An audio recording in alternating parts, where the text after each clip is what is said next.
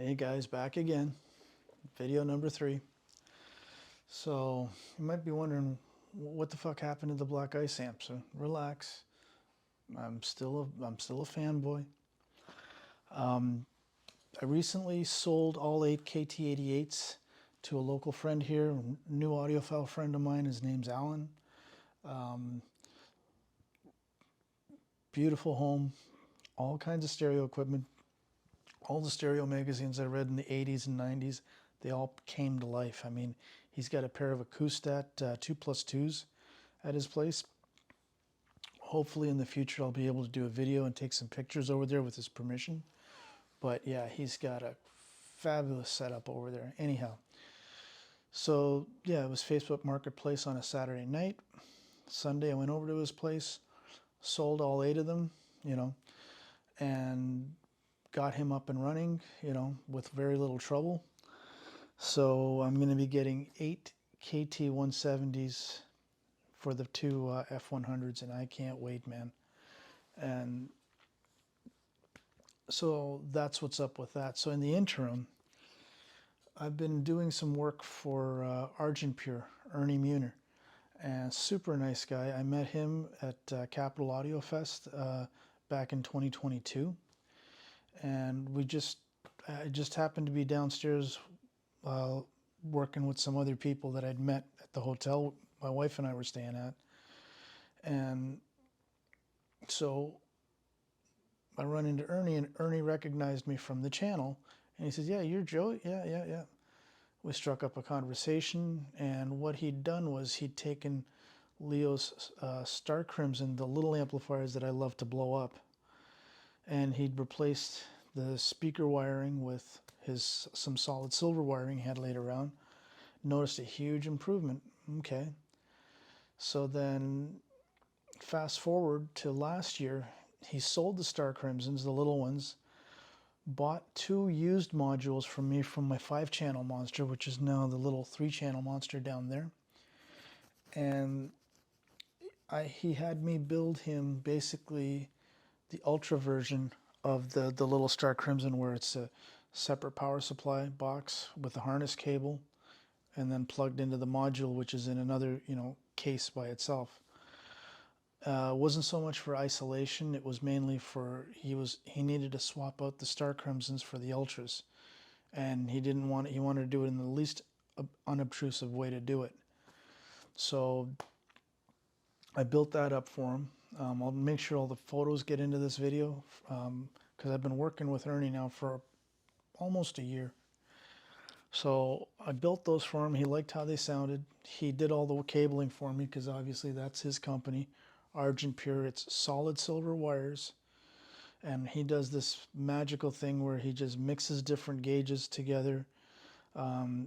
Uses I think it's Teflon tubing that he's using. Again, check his website for the proper details. I don't want to fuck it up. He's gotten some rave reviews on his cables, Part-Time Audiophile, and a few other online print magazines. Recently, our buddies over at Stereofull there. I shouldn't say that. I keep calling them that, but I'll get to that in a minute. Herb Reichert did this review in this month's Stereophile magazine on these solid silver cables, and they look nice, don't get me wrong, but they're double the price of what Ernie sells his stuff for. Okay. Ernie is a one-man operation. He does all the builds all the cables himself, does the terminations. Again, I don't know how he solders everything. I'm not going to start making claims that are true or false or whatever. You got to go on his website, and even better, send him an email, right? His phone number's on the website as well, right? And super great guy, super honest with his customers. My buddy Kurt bought his XLR solid silver cables. Again, try before he bought, right? Liked what he heard the difference. And I always tell Kurt and anybody else, just because I said so doesn't mean it's true, right? I'm full of shit myself too, right? But, Kurt's also got a Star Crimson Ultra Stereo that I built for him last year. I think that was one of the ones that Leo and I had at the Speaker Fest. And recently when I went over and did the trip to California there, when I was at his place, I ripped out the factory copper or whatever, the wires that were on the speaker binding posts, replaced them with Ernie's solid silver ones, and it was just a single strand. No, sorry, no, it was a twisted strand. I can't remember what gauges they were, but anyhow, we heard a difference right away. Soundstage expanded a little more. The phantom center was a little better improved. And I'm a cable denier, right? I mean, I've got Audio Quest in my rig. I've got straight wire cable in my rig. And now I've got some Ernie stuff in my rig. And the first time when I built these amps for Ernie, again, my reference is the Black Ice F100 tube amps, right? And you're thinking, well, why the fuck is he comparing a tube amp to a Class D amp? Well, hold on.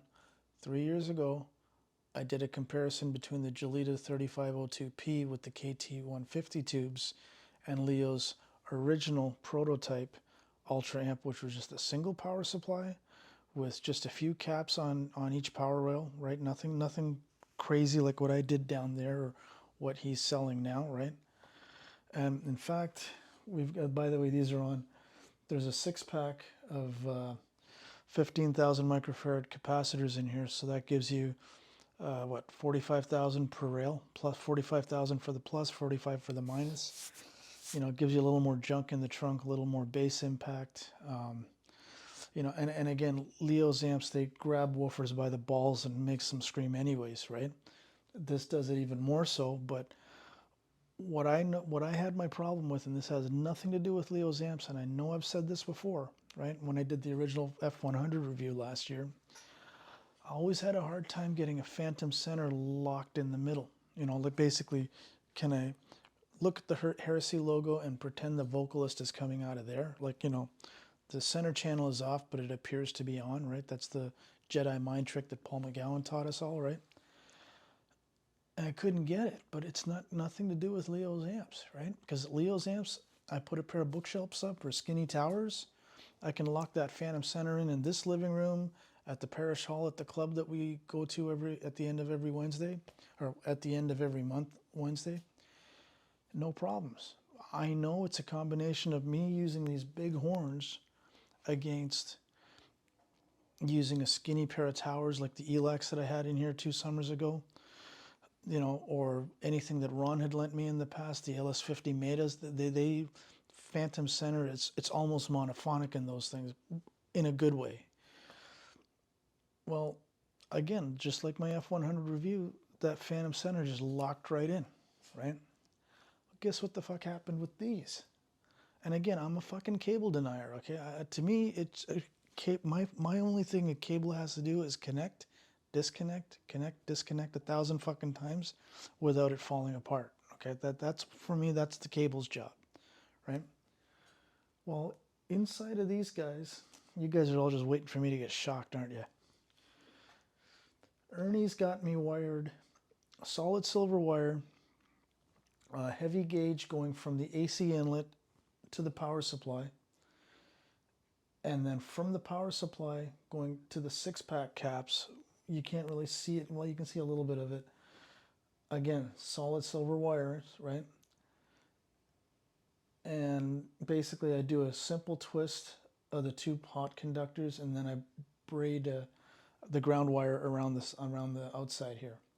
And then this obviously goes into Leo's Ultra module, right? The fucking phantom center's there.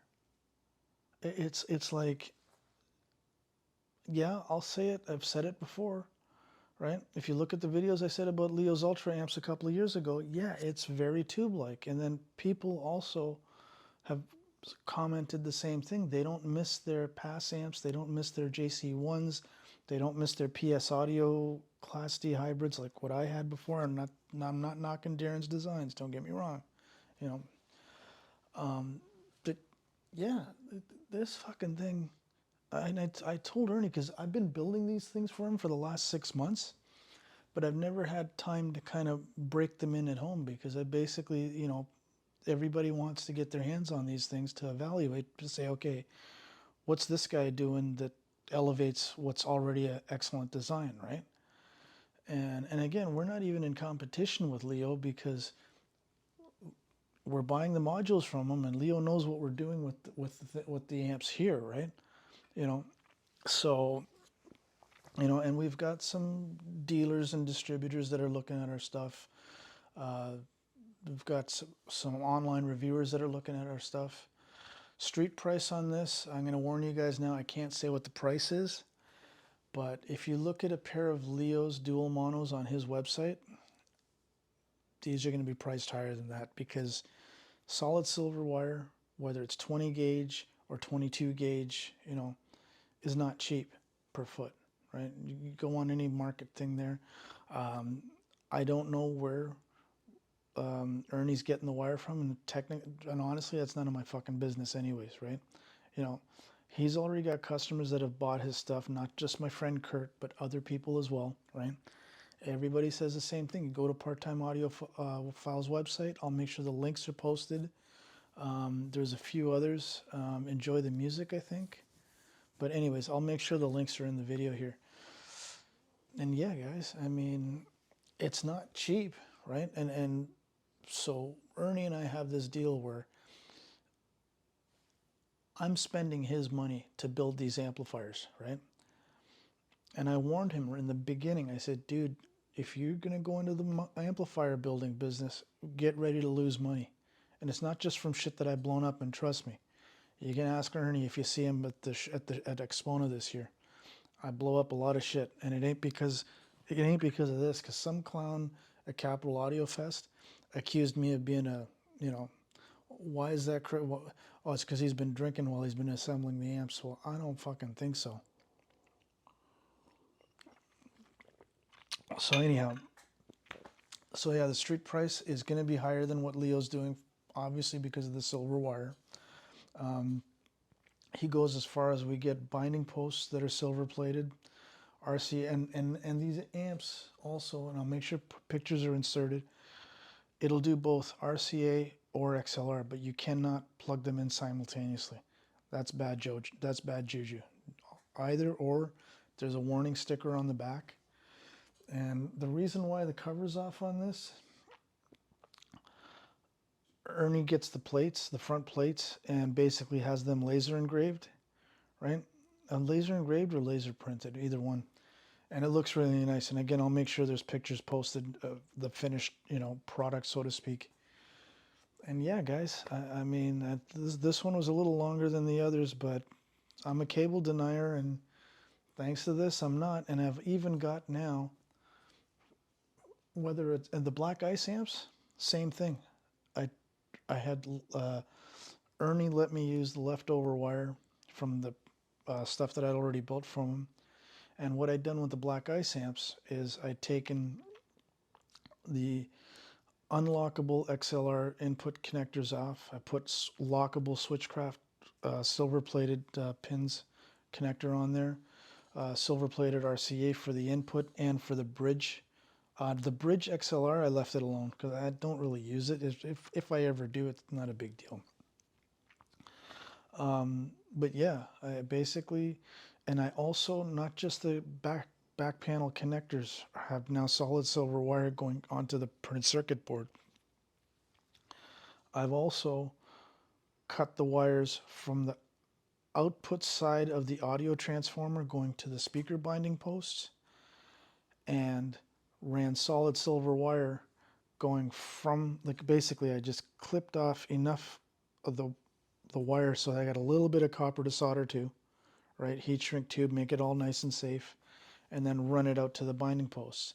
And because I don't use the 8 ohm taps, because these things with the strap connected on the back are 4 ohm speakers, right?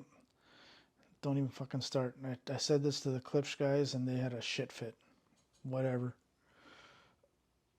So with the strap and the 4 ohms, what I did was I grounded the 8 ohm on this because it's a single-ended design. Now, these amps, well, obviously it's not here. The F100s run dead silent. There's no hiss, there's no hum, there's no nothing. I mean, they're as quiet as these guys, right? So yeah, there's my 10-minute rant, rave, whatever you want to call it. But go on Ernie's website. His cabling prices are there. He doesn't hide anything. He's got an early adopters discount on there. We have not put the street price yet out on these amps. I've built 5 pairs already, right? This is the last of them, and hopefully I'll be doing more. The nice thing with this was it was a clean slate design, so Ernie let me have it. Like, basically, I decided what power supplies we were going to use. I decided how the filter, the cap bank was going to be. The placement, him and I did a lot of back and forth stuff. Ernie in a previous life was paid to put, I always tell him he was paid to put square pegs in round holes. So yeah, if you see Ernie at Expona, he's usually got a table downstairs, and he's always Fidelis AV and Walter, another great guy that I met through Ernie. His rooms are always wired with Ernie's cables, right? I believe Dr. Vinyl at Capital Audio Fest also used Ernie's cables to wire their room. And yeah, just go on his website. His email address is there. His phone number is there. I'll make sure I post a link to the website. And yeah, I'm, back in the amplifier business in a weird, twisted kind of way. Thanks again for watching, guys. Hope you made it through this one, and like and subscribe, and bye for now. Cheers, guys.